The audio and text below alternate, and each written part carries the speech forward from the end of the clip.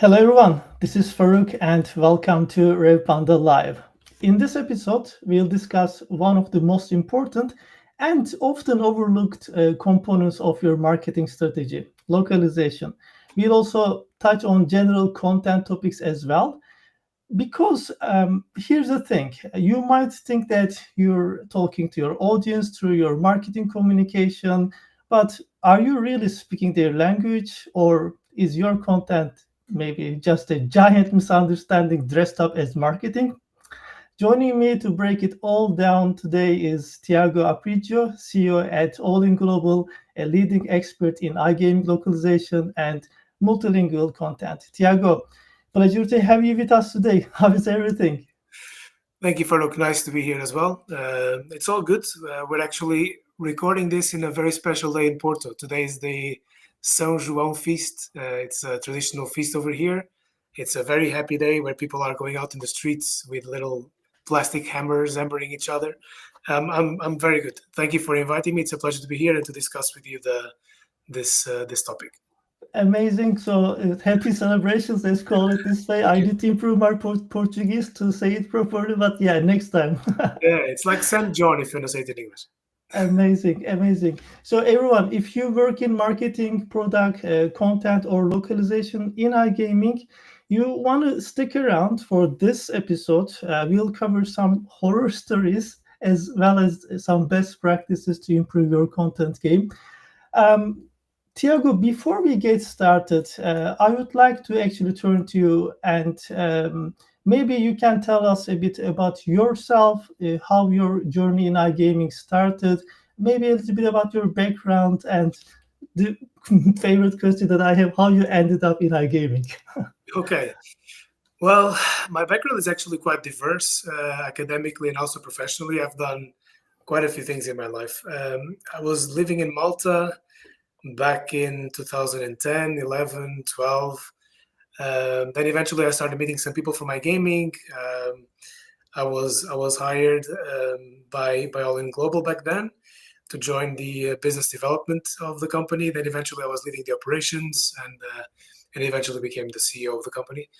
Um, but my background comes from a very it's very very weird actually. Sometimes I've done many things in my life, from Chinese medicine to management and marketing. Architecture is very hybrid, very mixed. But I think all of that gave me a very good background to actually manage and lead a business.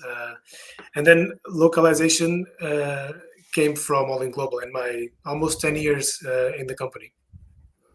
All this background that you mentioned, like different industries, different sectors, I'm sure they help you also when you create content, right? Of course, they do. I think it gives us perspective of the world. Like, it allows us not to focus too much on one particular thing and kind of pretend that nothing exists around us. It gives me different perspectives. I think only life and this type of experiences can give you, especially when dealing with people, managing people, and even more when it comes to something so culturally relevant as language, because it's very relevant culturally. And every single country uh, has a language or a dialect that they speak, and everything is so specific. And also, when you think about iGaming and the specific terminology of iGaming, that also varies by language and by country. When you talk about languages and actually the cultural nuances, this is exactly how I want to start today's episode. As you know very well, working at Holding Global and managing the operations for years, probably this is one of the main things you're also fighting, and you want to make the understanding, in the industry, which is like translation and localization. They are not the same things. So, from your perspective, what are the key differences between them, and why does it matter so much in the iGaming industry, especially for player engagement?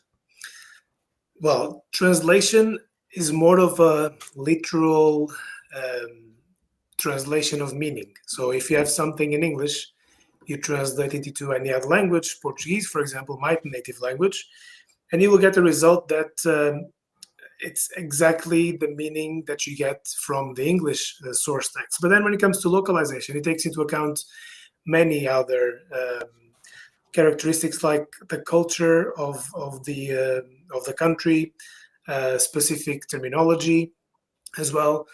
I mean, there are several examples over the years, even not related to iGaming, but simple other words that you can simply translate from one language to the next.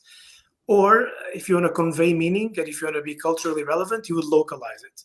So you have someone native going through the text and localize all those expressions, all that. Even like when it comes to humor, for example, you cannot simply translate a pun from English to any other language, right? It needs to be localized. There's something equivalent in the other language that you can use. So those are the basic differences. I have an example. Like, say that in you want to translate something from Brazilian Portuguese into English, right? And you use the word mine, like as in a mine. Mm-hmm. But in Brazilian Portuguese, which is different than Portuguese, by the way, you would use mina, which is like slang for a girl. But then, if you translate mina, that would mean actual mine, doesn't mean girl. So these little things, then when it comes to players, they would identify them and they would see that you didn't really do your job properly, right? It's gonna sound scammy somehow. Absolutely. And also I remember there's a casino and casino with double S, right? There's like this one, it is often overlooked. And No, it is overlooked because we have like those are the variations of Portuguese. Like what you just mentioned, casino is Portuguese from Brazil, with double S, and casino is Portuguese from Portugal with one S only. So you often have like let's say an online casino that operates in both countries, and they will just use the same Portuguese terminology for both countries. And then me as a Portuguese from Portugal, I would go to that casino online and I would say it's written in Portuguese from Brazil, and I would like immediately think, oh, this is not for me, probably. This is for another market, right? The same happens in Spanish, for example, in European Spanish versus the South American Spanish, or French Canadian, for example, with French. Well, that's definitely the case. And also, like, for instance, I live in Poland. So on Google, when you write a phrase to search is like szukaj. So there's like the Polish version. But if you have the same word like in Czech Republic, it's completely different. I can't say it, just Google it. Okay. So there are different, ways of saying things, and localization is important. And also I see, yes, we'll get to those, let's say, horror stories and like some of the bad practice, or the things that you really advise to people. But I see even brands like they're sending retention emails in Germany in English language. So some companies also, they don't even put any attention. I'm fine like to see a couple of nuances different. That's even okay, let's say it. But some companies, they don't even put that effort. So maybe we'll also get to there. In that example, Faruk, like if they send it in English to the German market, I think sometimes it's better than just translating it into German in any machine translation you find out there, because then it's going to sound really weird, and maybe that's the reason why. I don't know. And when companies do all those efforts when it comes to translation and localization, there's a debate. So you, as an agency, it probably very well. So whether to build an in-house team or work with a specialized agency such as All In Global, what's your take on each approach for iGaming brands here? I think both options have their merits, to be honest with you. Depends on the scale of your operation as well. I mean, this debate between in-house versus outsourcing applies to any service, right? Even before I was working at All In, I used to work for another company. We used to have contact centers. And there's always a debate. Should I outsource my contact center? Should I keep it in-house? Within the localization world, the debate is very similar. There's a sweet spot when it comes to operational efficiency. But the problem is that the way most of the brands see having their translation or localization operations in-house is very different than what we see as a localization or translation workflow or process. most brands that actually have their in-house localization would actually do localization with native speakers that have other functions in the business. So you would say you have a customer support team in the business, and you would give them tasks of translation and localization just because they are native in a certain language. There are a few good examples actually in our industry of companies that actually have dedicated localization teams. Those are very good examples, and we work on hybrid modes with those actually. Um, we either work with them to develop some translation technology, for example, like Craig, that we've developed, and they would use our technology, and then their in-house teams would actually do the final verifications. They add the brand tone and whatnot.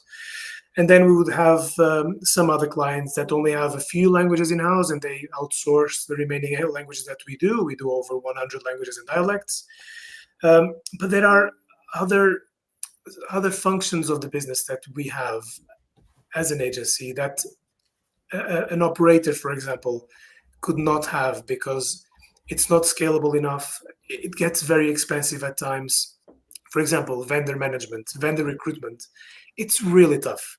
If we are ISO certified, right? We have to follow certain procedures on hiring people. It's really hard to find that person that is a native speaker of a particular language that has an extremely good understanding of iGaming, of casino games, sports books. Really hard. That's one of the hardest parts of the job, right? So if an operator would like to have this team in house, they will struggle to find these people and to manage them. And then there's also the systems, like you have translation management systems, for example, that allow you to have translation memories that will ensure consistency of terms. Say that you start translating in house, you give some work to a person, some other work to someone else. They will be translating in different ways. They will be translating words in different ways. Terminology is not going to be consistent, and you're going to end up with having games with different terms for the same thing, and that doesn't build trust. I mean, that just creates some confusion in your players. It actually damages the trust, and I think nowadays there are hybrid models that can work really, really well, where we provide part either technology or the human touch of the translation process, and the companies would have a small localization team or a localization manager in house that could actually understand the process and make it happen on their side.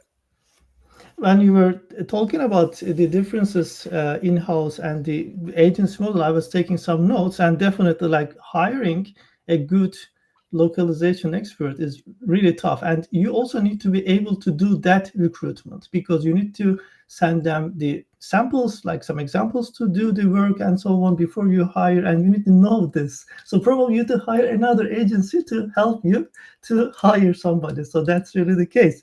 And hiring, recruitment, this part is one, but also you need to put those people on a payroll. That means you need to manage a lot of people and so on. That is also not easy, especially in larger teams. Then market knowledge, you were saying it really nice, like trust is a keyword here. Like I love how you described this.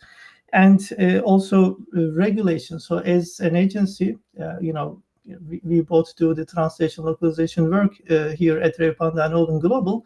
And we can say that like we do this many times, and we understand the local regulations and how things work over there. So that's also something to consider, because you may need to spend a lot of, let's say, resources to lawyers and so on, and it will also come with some delays and stuff like this. I'm not even talking about the fines. And what you said is very important, like scaling up. Imagine you operate in many markets, not only just a couple of them. That is going to help. And one more thing is proofreading is also another thing that you can utilize over there, right? If you even have an in-house team. Of course. I mean, the markets are very important because we have operators that work with us. They work in like 30, 40 markets, right? They've been working with us for many years. It works very well for them because, I mean, in the end, think about this. I mean, if you are able to acquire new players, if you are able to retain your players through communication, so through correct use of language, through correct use of terminology, through building the trust that it's needed, then you have a perfect recipe. I mean, we have clients working with us for 13, 14 years. They keep on working with us and they want to work with us no matter what, because it's a recipe that works. They trust the professional services. We have delivered results over the years, and they want to build on it, and they want to keep on working with us because of that. Um, and then when it comes to compliance, I mean, most of our clients have their own compliance teams, of course, on the legal aspect. But then, for example, even some terminology cannot be used in certain markets. I can give you the example of Australia, where you cannot use certain terminology, like, for example, I think it's free bets or some other terminology. You cannot use it, right? So think that you have either relying on an AI tool or anything fully automated, and you just simply rely on that and you publish it. You might be facing real big troubles, right? So you might as well not risk it to that point.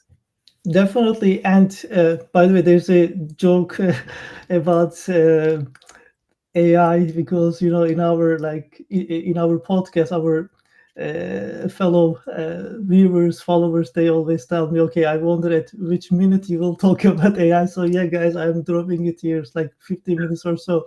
So after I think 2021, 22 times, so when all these large language models broke into the market, we saw a massive wave of companies finding themselves so confident to rely on just AI for translations and content.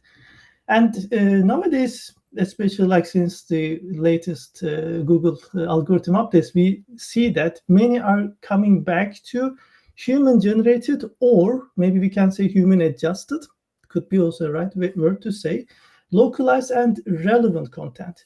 So I am so curious about your point of view here. Why is that shift happening, and what risks did companies face with AI only strategies?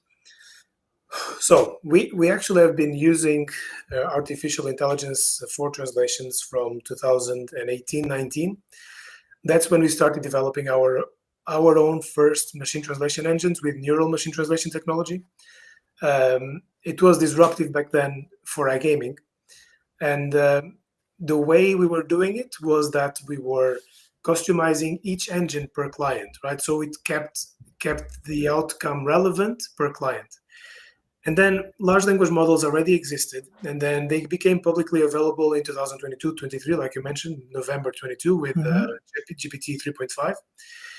And that's when we saw massive adoption, right? Everyone went crazy about it. Like, this is it. Everyone is going to go to ChatGPT, and then you have massive adoption. And with all fairness, it's an excellent model, and it's evolving really, really well. But then there's the realization part, when you start, okay, well, this is nice, but it's not producing the results I want, right? It's somewhat repetitive. It's not as creative as I expect it to be. If you think about it, it's trained with data that is available online, so it will be somehow limited to that for the time being. So then you have Google, right, that started penalizing AI-generated content. And I think that I agree with you. We have been seeing some like people coming back to the human-generated content, not only human-generated content, but the augmented human content, let's say. So we do believe at All In, because we are very familiar with AI, and we've been using and developing AI within translations for some years now, 5, 6, 7 years.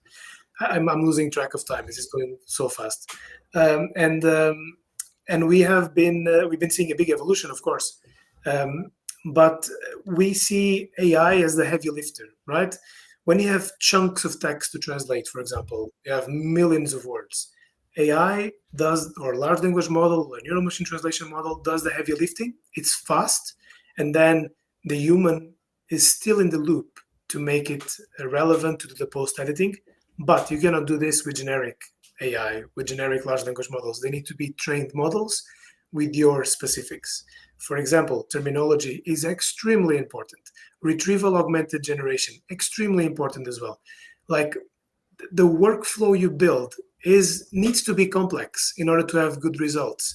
It can't simply be prompt based or uniquely prompt based.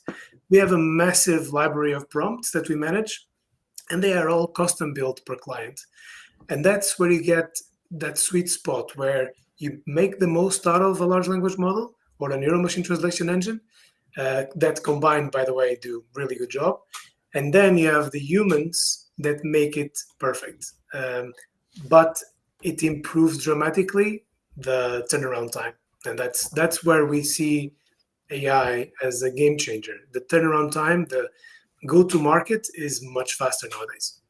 So please help me understand, and also maybe you can tell more on Craig a little bit after that. So basically, you have built an amazing, the engine for each customer, fine-tuned and very customized, AI engine, and then you do the work that is very familiar with that particular brand's past works or the requirements.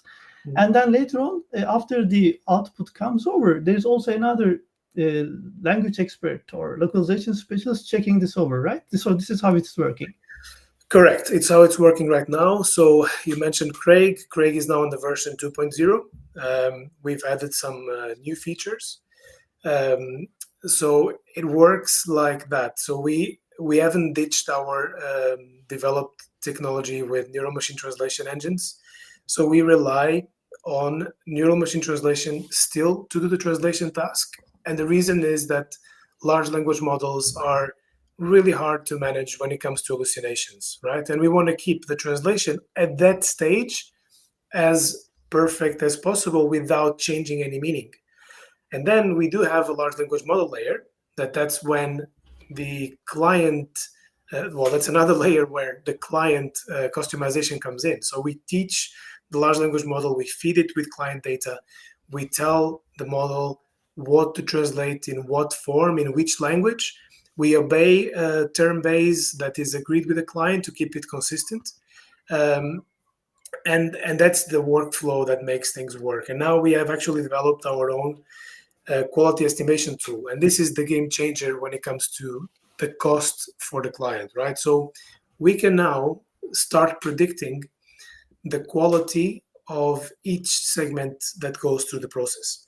And that will tell us which segments actually need human revision, because not all will need, because some of them might have been translated before, for example, some of them have good quality, but then those that are identified as needing a human revision go straight to a native human linguist that has been working with us for many years and get perfected, and the machine learns. So it's a loop and it gets better over time.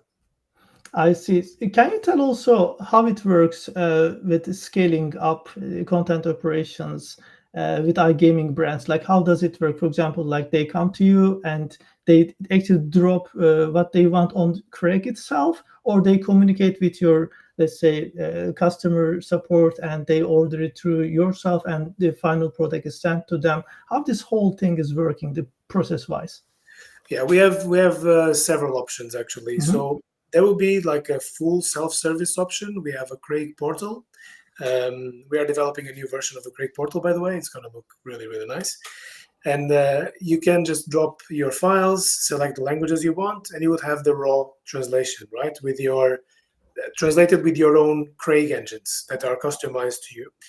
That applies, for example, for clients like you mentioned previously that could have their in-house operations. So we would do all the background work, all the customization, the teaching, the prompt management, everything, and we'll give you a ready-to-go model, and you use it to translate everything you have in whatever languages you have. Not whatever language. Right now we have 25 perfected, and we're building more. And then your in-house team, for example, could do the work of the human verification or the human post-editing. And then we have the other process, which would be you would still have a project manager on our side that also acts with like some sort of consultant, because that's what our project managers do. All of them are language professionals with years of experience in language management and translations. So they would act as your consultants, always available, and they would manage the process for you. So you would send either a file or through an API, or we can work with any sort of environment, and they would do all the translation process that could go through the Craig. And then our team of post editors will do it, and then we'll send you back the files or an API or whatever. I mean, we can connect with mostly anything actually. So there's different ways of dealing with us. I see. So depending on brands, how they would like to operate themselves, they can choose one of these options. And anyone here like watching us, content managers, marketing managers, the bottom line for me is this: it's no longer your like free version of ChatGPT or some other like language model that you go and you just prompt something that is based on some cheap data, because nobody will give you the latest data set. They will give you this old data set that is collected probably a couple of years ago, and there will be like repeating words, like everyone is thrilled nowadays, as you know, or in the, let's say, changing times or something. So the AI phrases are all recognizable right now. So whatever you get from this kind of things is going to be like pretty lower quality, and it will shout like, hey, I am AI generated. But with Craig, what I understand is that the data set is very much customized and fine-tuned for each brand, right? 100% customized, exactly. That's amazing. There's no generic data. We customize 100% per client. If the client has some data for us, for example, we have built Craig engines for existing clients. They have their own translation memories of all the translations they've done with us over the past few years. So that is gold. Like, you can just train an engine with that, and it will improve immediately, which is great. So yeah, we don't have a generic engine. We have customized per client. Yeah. Tiago, I already see questions coming. So let's say, for those clients that you're working with for years, okay, you have got enough data sets, right? But what about those who are just, onboarding with Aydin Global and your services, and they want to use Craig? What they need to do? Well, of course, we've developed over the years iGaming terminology data sets, as you mentioned, right? So there will be the term bases in many languages. We would always request. There's always a work done with the client in the beginning. So we would request them to have a set of approvals when it comes to terminology. We would also study a bit the brand, have a look at what was done before, and then we'll take it from there. We don't start from zero, but with some clients that, for example, have absolutely no data because they don't have or they don't want to share, it's also possible, of course. Yeah.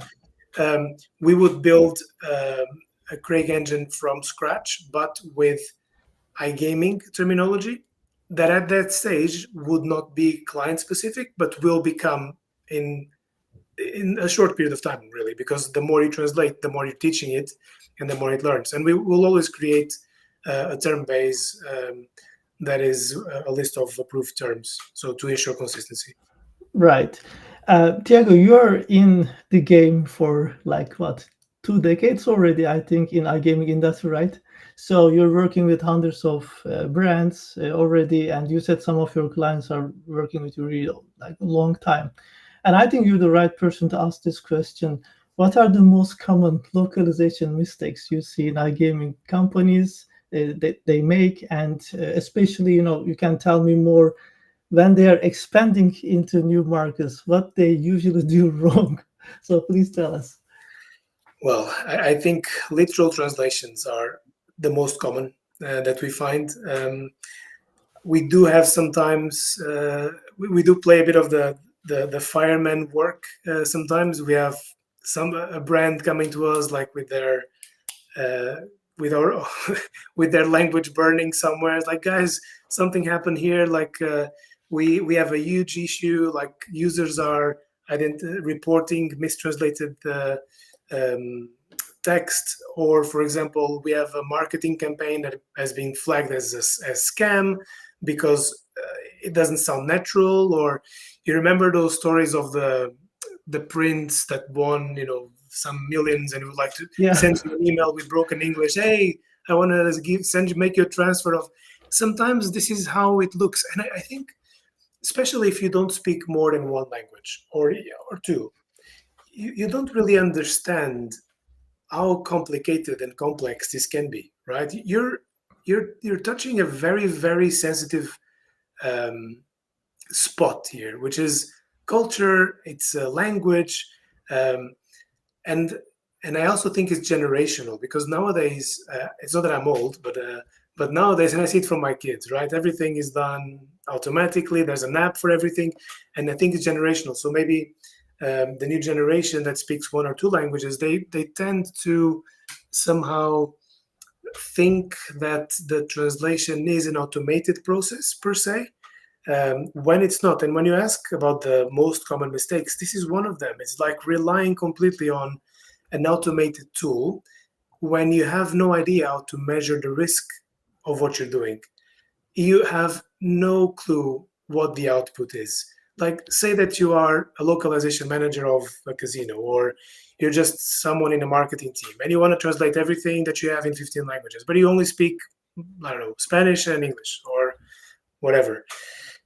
You're translating into Chinese, or you're translating into, I don't know, Thai. You have no clue what's coming out of the machine, right? You're just going to publish that. The risk is so high that you're messing things up.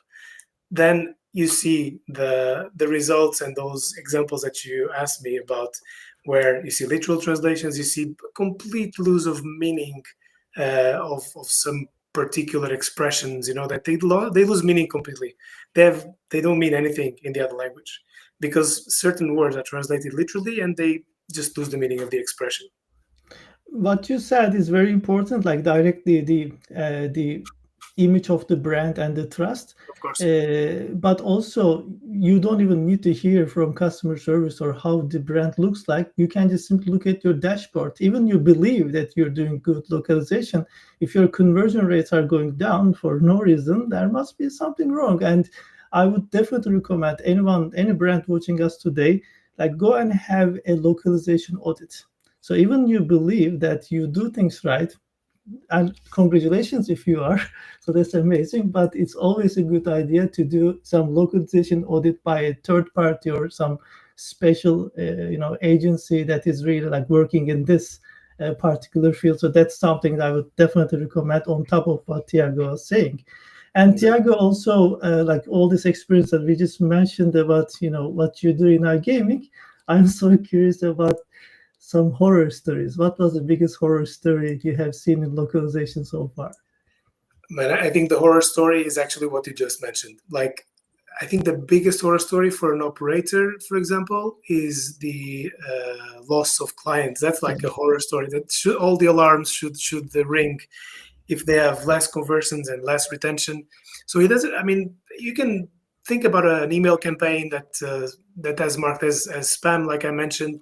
That's a pretty horror story already, because people will lose trust in your brand. Like, that's it. Like, if I have, you can make 100 things right. You make one thing wrong, and you're going to be judged for that. And this is in life, really, not even in language. It's just, and this is it. Like, there's not, in such a competitive market, there isn't much space for this type of mistakes. Players will lose trust in your brand in one email because you did a terminology mistake, or because you have poor language on that particular email. And that's enough of a horror story, I think. You lose your retention rates because people start to leave. They lose trust in you. They're not going to give you the money. Not going to make a deposit if they don't trust what you're saying, right? So there's the broken trust, I think, is the biggest horror story I can tell you. There's just there are a lot of examples of mistranslations over the years that we've encountered. Like I told you before as well, the clients that come to us to do the language quality assessment, which is a service we do actually, or to try to save them somehow because they have discovered that everything is a mess in a particular language or more. And we try to work with them as much as we can, of course, and make it perfect, and try to be their partners in regaining that trust with those players, Absolutely, especially when you're just entering a new market. First impression is very important.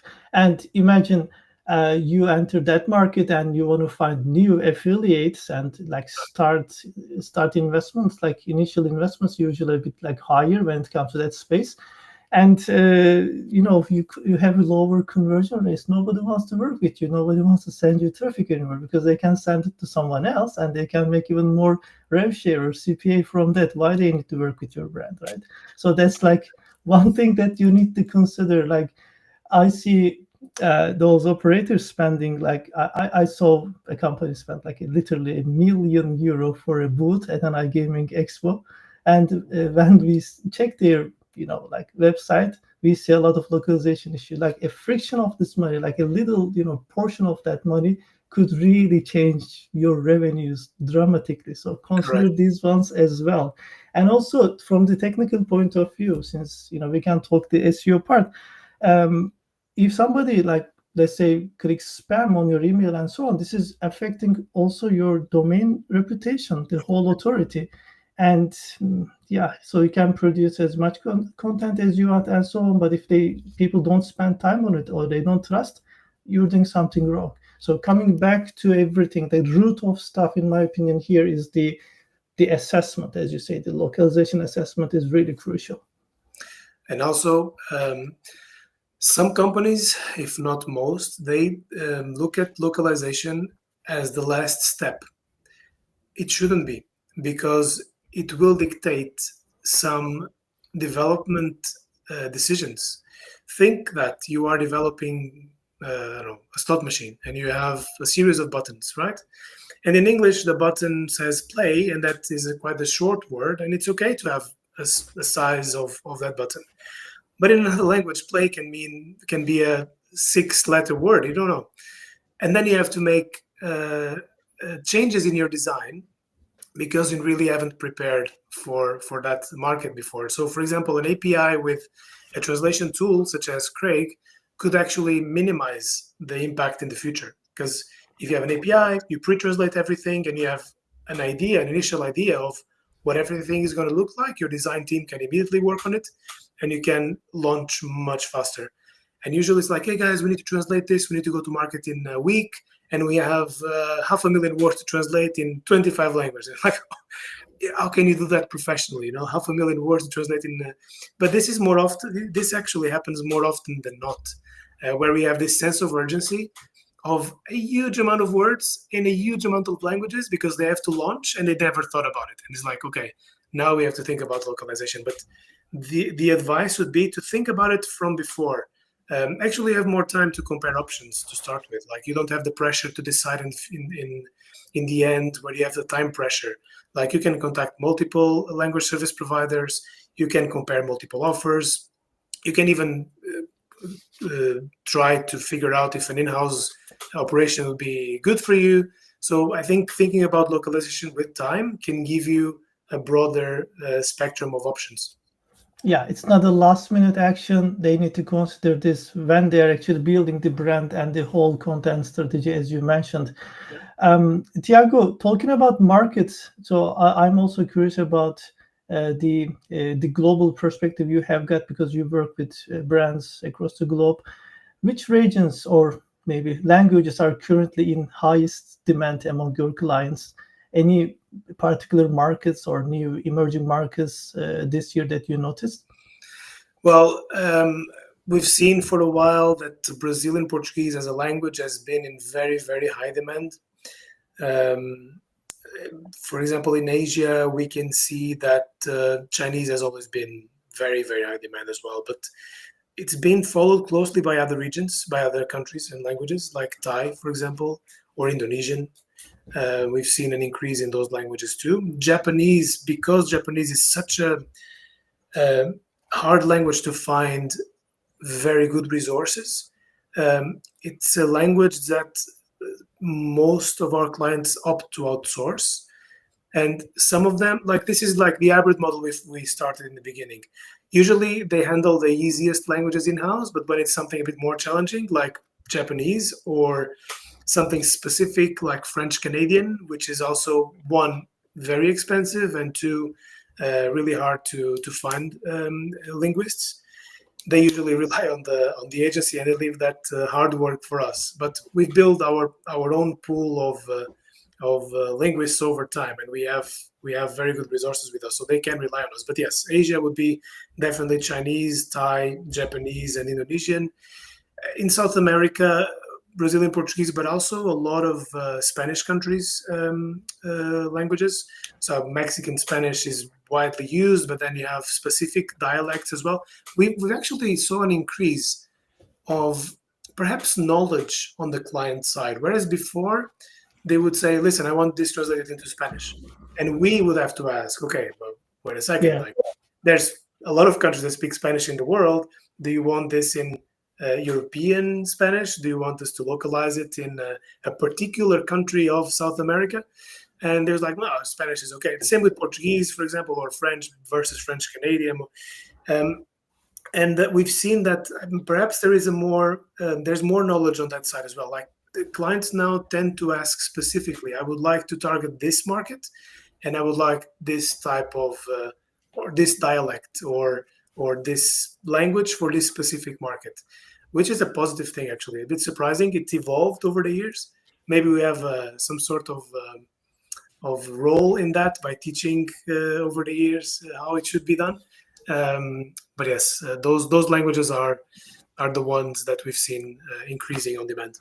Yeah, definitely. I believe you have some role in that too, Tiago, because I noticed you're going to a lot of events and speaking on the stage, coming to podcasts like you do now. So thank you for the, the education of the market as well. And I fully agree with you about this knowledge part. Yes, brands are getting more and more aware what's going on. And I heard, I think last year for the first time, I was asked, hey, do you guys do LATAM Spanish? I was like, hey, wait a minute. I like you. You get, you get everything you want. So that's amazing. So sometimes we get questions now like Chilean Spanish. So that's really nice to hear. So fully agree on that. And about Japanese that you were saying, one of our clients from Japan, they told me this, look, Faruk, I understand you want to deliver the best. Yes, and you do a good job. But in Japan, everybody who's reading, content in Japanese, they have a different understanding. So whoever reads your Japanese content will have a little bit different of understanding of it. So that's one feedback I get. And finally, regarding the markets, yes, Brazil, especially at the beginning of this year, they've got a new regulation started, and before that, brands were already like working on their content and adjusting them. And we already have a podcast like fully devoted to new iGaming regulations in Brazil. I strongly recommend everyone to check that out as well. Amazing go-to guide, if you ask me, regarding the Brazilian market. So talking about regulations, so you do content in many different languages, only correct, as you said, like 25 or so. How does it affect, like having all these different jurisdictions, regulations, and you need to create content? So how do you approach the content creation process, like considering those regulations on mind? Yeah, so when it comes to content creation, which is another service we also provide, so we provide human content writing, and for the content writing itself, we are not relying on any sort of artificial intelligence or large language models. We are doing it 100% human, because we believe that's what ranks better, and also it's the most original you can get, right? And then we also offer with all the content we write, plagiarism checkers and AI detection. So all of our clients will always get a report of the uniqueness of that content. You mentioned the regulations, so or compliance. There is always a brief we ask from our clients, and the brief touches a number of aspects. Depending on the market, compliance or regulations could be one of them.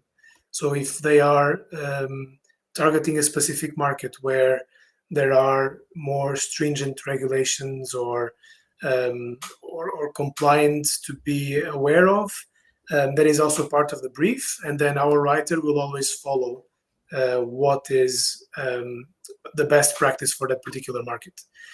We are actually now trying to automate part of it with Craig, so that Craig is a product in constant development. We are adding features all the time, and this is one of the features that we are now starting to develop for Craig 3.0, which is embedding the layer of regulations, so that when the automated part of the process happens, it already comes with an adaptation to the local regulation. So we would tell Craig, listen, you're translating this particular text into this particular language for this particular market, and this is the set of rules. So when it translates, it will already take that into account. And then in the end, if there is a need for a human revision, for human post-editing, the linguist will also do a final revision according to that. Absolutely. Tiago, we talk about mistakes, we talk about horror stories. Let's talk about maybe some good examples, standout examples where localization or culturally adapted content clearly improved conversion, retention, or player engagement for your brands. Can you tell us any examples, any success stories, maybe? Well, I can tell you the generic success story, because Mhm. if I go too particular, I might have to mention names, and Yeah, that's not fair. yeah, But I think the success story here is the opposite of the horror stories I told you before, right? So I think just the fact that you have, All In as a company, like you maybe mentioned before, almost 2 decades. The fact that we have brands working with us for so long, that they have grown to. We have brands that started with us when they were startups, and they're now publicly listed. Like, think about this, right? they they started with one market, two markets, and now they operate globally, um, with our help. So we we want to think that we are part of that success, because we are the ones that localize or write their content to drive revenue and more players and engagement and so on. So I think those are the real success stories. When language is done right, when translations or content writing is done right, it's a recipe that works really, really well for companies to grow. So instead of telling you a particular brand or casino or hmm, game, which there are so many, I think just the legacy that we have built over the years, with our clientele, I think it shows um, how it can work to actually drive an iGaming business to success through language. absolutely. Like having this consciousness about the role of localization in markets is actually a good place to start. And also, you were saying earlier, I really like enjoyed that. It's not a last minute action. Let's do that at the beginning when you're building your presence in a market. So that's something definitely to start with. So best practice also Look, we let me just covered. say something that I forgot. Like, it's also the gamble Yeah. between quality and risk, Oh right? I yeah. mean, when you because quality is what drives us. Like, we've been driven by quality for ever since I remember working at All In. It is the quality of the process, the quality of the people, um, and ultimately the quality of the service we provide, because we interpret it as a very, very important service for our clients, and we respect that, the fact that the clients rely on us to do this. So the quality versus the risk is what matters here when a client is deciding whether to outsource it or not, whether to send it to a professional specialized iGaming translation agency or not. Um, and I think quality is key in this process. Definitely, and I love hearing this, like this awareness of quality. Even let's say when doing this podcast, I do my best because my name is on that, right? So when I do something with my company, I want to do the best about it because our logo is there. So definitely that's important. And after some time, you even have this organic relationship with your clients, so you become actually friends, so you want to really do the best for them and see the growth of that brand. Like you were saying, they started with you and some of them are listed publicly, so that's really amazing success story. Tiago, we talk about the best practices. Now let's look ahead a little bit. as you know, like we talk a lot about AI today, and we know that it's developing rapidly, but cultural nuances are going to be still around. It's not, something easy to change.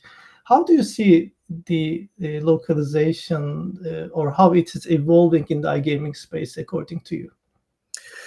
I think localization is evolving in iGaming the same way, or in a very similar way that is evolving in other industries as well, which is adoption of technology. We've seen this coming from far, and we've developed our tools years ago when we started having our own in-house tools, and this is where it's going. So there's no denial. There's no thinking that it's not happening. It is happening. There is, however, some other considerations to have, which is the personalization.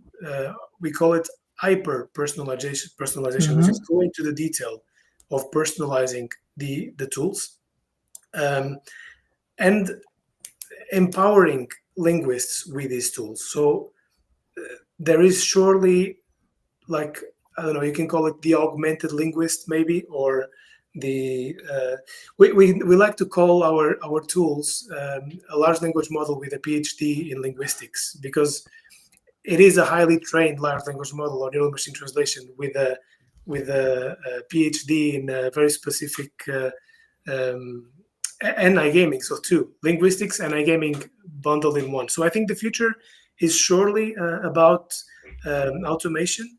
It's surely about large language models or machine translation, as you can call it both. But it's also about the human intervention or the human in the loop of the process, because you need to consider your quality risk factor, and that's what's going to give you the edge to be successful in multiple markets at the same time, when it's not possible for, I would say, any company to have language experts in the 35 markets they are on in-house. It's just not scalable. We spoke about this before. It's just not practical as well. Yeah, I used to work at a company that is actually developing AI engines and so on, and back in like 2020, and at that time we were like talking about AI, and one of the common things coming to us, AI is going to take all the jobs and so on. But right now I see from your example, jobs are going to be here if you can actually integrate AI with what you do. So that is actually kind of an opportunity here, right? Faruk, it's a revolution. Like, think about, I mean, this example comes up every time. The Industrial Revolution, right? Yeah. The world we have today. I mean, look outside of your window, on your streets, in your buildings, with everything you see around us. Like, I have an air conditioning unit in front of me. I have a house there, a bridge. Like, I have the Iron Bridge of Porto Luis. It's in front of me. That's a marvel of the Industrial Revolution. Like, when we actually started building machines for production, right? But that industrial revolution took years, decades, centuries, right, to develop, because technology was so much more rudimentary back then. This revolution we are living now, it's actually very interesting to be alive right now, because we are witnessing a major revolution in humankind. It's not in translations, it's in humankind. Artificial intelligence is going to change the world, like, as we know it. But as you said, like, it can be integrated in our day-to-day. It can be integrated in our professions. It can be integrated in language, for example. And we, as humans, will, over time, adapt. I think we are living a bit of a shock stage right now, where we don't know what's happening. We don't know where this is going. Like, there's a lot of confusion in the air. Speak with anyone in any industry, in any job. Everyone has something to say about this, from doctors to lawyers to anyone. And there's this kind of fear in the end in society, in humankind even. And also you have the dangers of AI, depending on how it's used. That's another topic entirely, but it can be very destructive too. Like, it's insane to think about that. It's absolutely, I don't know, bonkers. But yeah, I think AI will be here for many years. We need to adapt. We need to evolve with it. And and yes, it's one of those cases of adapt or die. Maybe I don't want to be extremist, but it is what it is. Like we need to adapt to a new reality. Professions adapt, the world evolves, we evolve as human beings, as professionals. We'll evolve with it. We'll adapt. We'll um, do something different on day to day, or do the same thing but with an augmented power. Yeah. Um, yeah, but I think it's not in language, it's not in content or translations, it's everywhere. I think you agree with me, Faruk, right? Definitely. I think this is like kind of the best closure. And you actually read my mind about how AI is kicking in right now. And I just, when you were talking, you triggered this idea in my mind. Maybe we should have another session with a couple of other experts just to discuss the impact of AI on humanity, more like maybe philosophical or a little bit ethical side of it. So we'll get to there. That's Tiago, you have to reserve 5 hours for that, Faruk. for sure. Not a 1 hour podcast, because Yeah, if you we'll go to the ethical and philosophical part of it, it's there's too much to say. absolutely. I'd love to talk more on that. Tiago, we broke down today why translation is not localization, why it differs, for the player engagement, especially. And you revealed like why over reliance, like just AI on it, let's say literal translation is not really good for brands. And also you touch base on Craig, which is a really interesting tool, and I would love everybody to go ahead and check this out. By the way, how our listeners can reach out to you if they want to learn more on that? All in global, allin.global, through email, LinkedIn, go on my LinkedIn page, Tiago Aprigio, all in global. Reach out to any of the members of our team as well. Everyone is available. And I think I just want to say that you should not translate for a market. Yeah. You should build the content with a market in mind. Like it's not don't think about the literal translation for a market because you have to. It's like build your content, your strategies with that market in mind, with the particularities of that market, of the language and so on, and measure your risk versus quality really, really well. Tiago, you're so good today at reading my mind. I really wanted to ask you. Really? I wanted to ask you what would be like one advice to share with our audience today, but I think what you said is amazing. Let's just leave it there, and some food for thought for everybody. Tiago, thank you once again for joining us today. I think it was really like knowledge-packed session. And everyone, if you found today's session valuable, don't forget to like, comment, and share it with your network. Just one announcement from our end. Tiago, you guys are also a silver sponsor for Ace Alliance Riga event. So in August 14th and 15th, we are going to organize an iGaming networking event in Riga. It's going to be a different iGaming event experience for you. There will be lots of networking experience, either on a boat, walking in an old town, in the most iconic venue. For example, you can have a branch and so on. I don't want to give more spoilers, but check it out on Ace Alliance. I will leave the link also in the comments so that you can maybe get your pass over there as well. Tiago, I'm very excited to see you over there in Riga as well in August. So I'm really looking forward to that. And once again, thank you for joining us. Is there anything you would like to mention before we wrap up the show? No, thanks, Faruk. Just to thank you for inviting me. I'm looking forward for the SLIC event as well, and to go back to Riga. Maybe my mustache will be a bit bigger by then. And that's it, man. Thank you very much. It was a pleasure to be here with you and discuss localization and language in iGaming, which is a topic that I really love, and I think I'm sometimes too much passionate about. Absolutely. Tiago, once again, thank you so much. And everyone, I will see you all at the next Revpanda live session. Thank you. Cheers. Bye.